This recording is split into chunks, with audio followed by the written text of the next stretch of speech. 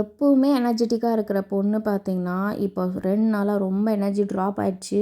கொஞ்சம் வேலை செஞ்சா கூட ரொம்ப டயர்டா ஃபீல் ஆகுது. எப்பவுமே இல்லையேன்னு சொல்லிட்டு சுகர் டெஸ்ட் பண்ணி பார்த்தேன். சுகர் வந்து நில்லுன்னு தான் வந்துச்சு.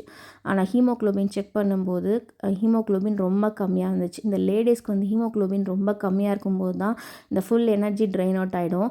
இந்த மாரி யாராவது இருந்தீங்கன்னா, ப்ளீஸ் வந்து ஹீமோகுளோபின் டெஸ்ட் பண்ணி பாருங்க. அதுக்கு தான் இந்த கன்டென்ட்டே உங்களோட ஷேர் பண்றேன். காலையில கிரேப் ஜூஸ் குடிச்சிட்டு வெங்காய சட்னிக்கு வந்து பார்த்தீங்கன்னா 2 டீஸ்பூன் கடலைப்பருப்பு, 1 டீஸ்பூன் தனியா, 3 காஞ்ச மிளகாய், 4, 5 பல்லு பூண்டு, 2 வெங்காயம், 2 தக்காளி, 1 நெல்லிக்காய் அளவு சைஸில் புளி, 1/4 டீஸ்பூன் சீரகம், அதுக்கப்புறம் லாஸ்ட்டாக வந்து 1 டீஸ்பூன் பொட்டுக்கடலை மட்டும் வறுத்து இந்த சட்னி அரைச்சி பாருங்கள். சூப்பராக இருக்கும். எங்கள் பாட்டி வந்து சுட சுட இந்த சட்னியோட இந்த இட்லி கொடுப்பாங்க பாருங்கள். நாங்கள் சாப்பிட்டுட்டே இருப்போம். அவ்வளோ டேஸ்ட்டாக இருக்கும். அதுவும் உரல்ல அரைக்கும் போது இன்னும் நல்லா டேஸ்ட்டாக இருக்கும். அண்ட் மத்தியானம் லஞ்ச் ஃபினிஷ் பண்ணிவிட்டு மாங்காய் சாதம், தயிர் சாதம், வெங்காயத்தாள் பொரியல் பண்ணி சாப்பிட்டுட்டு அண்ட் ஈவினிங் பார்த்தீங்கன்னா பாவ் பாஜி கேட்டிருந்தான்.